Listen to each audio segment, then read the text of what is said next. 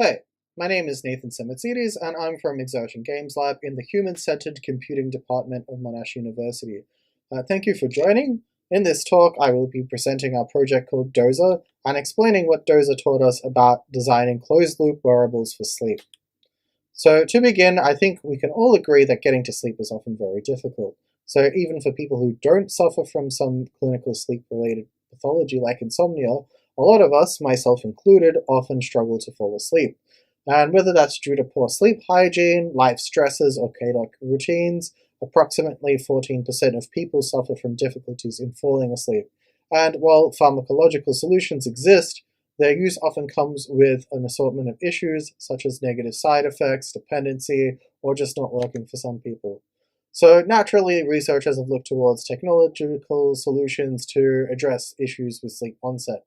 However, currently, most sleep technology focuses on sleep tracking, which is great for things like diagnosis or for getting feedback on your quality of sleep. However, you probably could imagine that while you're trying to fall asleep, stats and graphs of your sleep quality over the past few days don't help you very much in the moment. And so generally, in the context of trying to fall asleep, people find these technologies frustrating. And so it sounds like the ideal technological solution would be some sort of system that actually evokes sleep.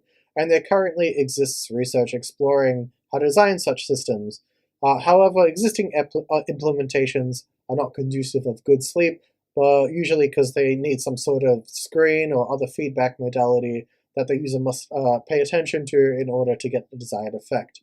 However, there has currently been a lot of work done in neuroscience exploring rhythmic stimulation from things such as sound or electricity, and these being able to entrain specific neural firing patterns in the brain.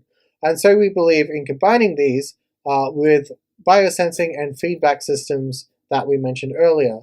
And as a probe to explore the design of such systems, as well as the user experience such systems might afford, we developed and evaluated a novel closed-loop wearable for sleep we call Dozer. These days, many people suffer from hectic lives that lead to a lack of sleep, as they are often missing out on opportunities to get those important naps. To address this, we designed Dozer. Dozer is a wearable closed-loop system that processes electroencephalography data, also known as EEG, from our brain to detect drowsiness. It then uses electrical and auditory stimulation to accelerate sleep onset, as both types of stimulation are known to induce sleep-related brain activity. Dozer is worn like a regular beanie and switched on in a context where the wearer would like to fall asleep. Electrodes are present at the back of the beanie to sense if the wearer is drowsy. Once the system detects drowsiness, the electrical and auditory stimulation is turned on, helping you fall asleep at the most opportune moment. So through analyzing the interviews using thematic analysis, the results presented us with three major themes underlying the user experience of Dozer. So these being closed-loop neurocentric agency, awareness of feedback, and awareness of hardware. So the theme of closed-loop neurocentric agency concerns participant experiences relating to being in a closed loop, with the system both sensing and stimulating them. Generally, participants place emphasis on the system stimulating rather than sensing, and often voice an experience of feeling congruence between their inner experience of how sleepy they were feeling and the initiation of the stimulation. As a result, participants experience a sense of agency despite the fact that they couldn't consciously control the system. Due to these mechanisms, participants trusted that the system knew best when to send them to sleep, an experience that was compounded by the knowledge it was being activated by their own brain activity. The theme awareness of feedback concerns how feedback regarding what the system and their brain were doing, or lack thereof, influenced the participant's experience.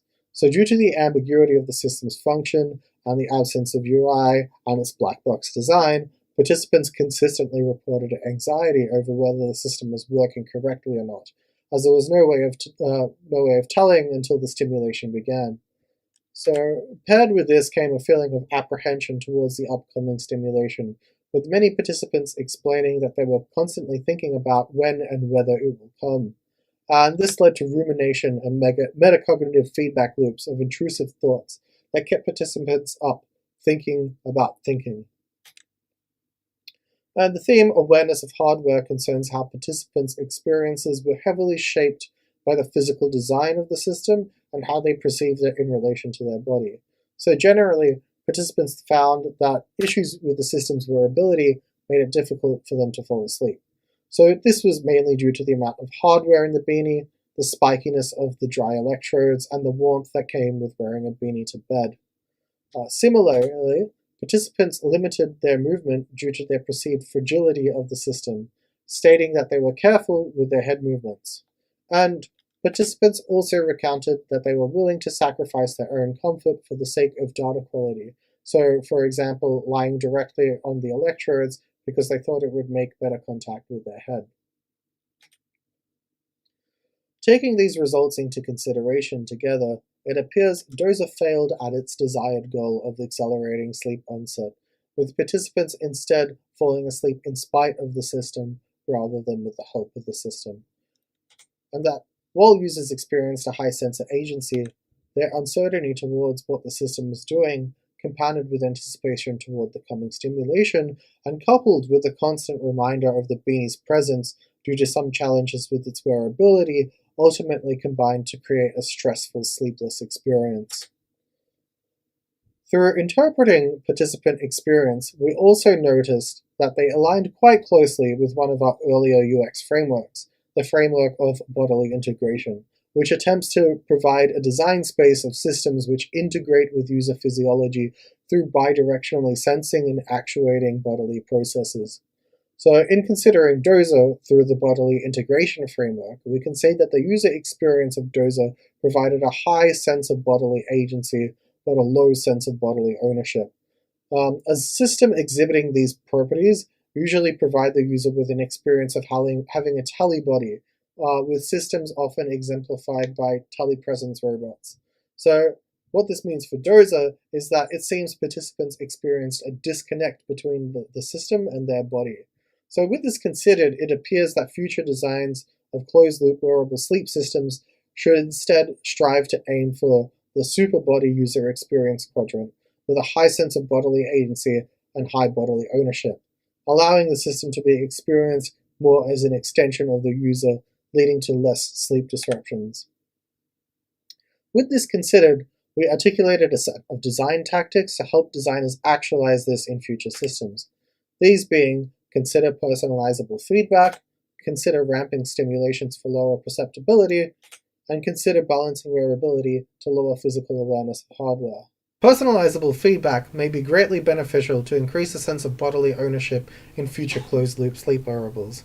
So participants mainly wanted some form of feedback to confirm that the system was actually functioning properly. We suggest providing users with a means of optionally accessing information about the system or themselves through some form of feedback which can be tuned down or deactivated once the user builds trust or competency with the system. We also suggest using localized sensations as feedback modalities, as Mueller et al. Have suggested this to be more conducive of systems with a higher sense of bodily ownership. We also suggest ramping any stimulations or feedback provided to the user. So participants often found the sudden activation of stimulation to be disrupting. So slowly turning up the intensity over time will make for a less jarring experience. And we also suggest to allow participants to adjust how slow this ramp is. Now finally, closed-loop systems can be difficult to contain in a wearable form factor due to the necessity for the system to house both sensing and actuating capabilities. Usually designers may need to prioritize between quality data collection and wearability. In the context of closed-loop sleep wearables, we suggest prioritizing wearability above all, as poor wearability may disrupt the benefits gained from prioritizing stimulation and data collection capabilities. And with that, we conclude by saying that falling asleep is hard, but designing for sleep is harder.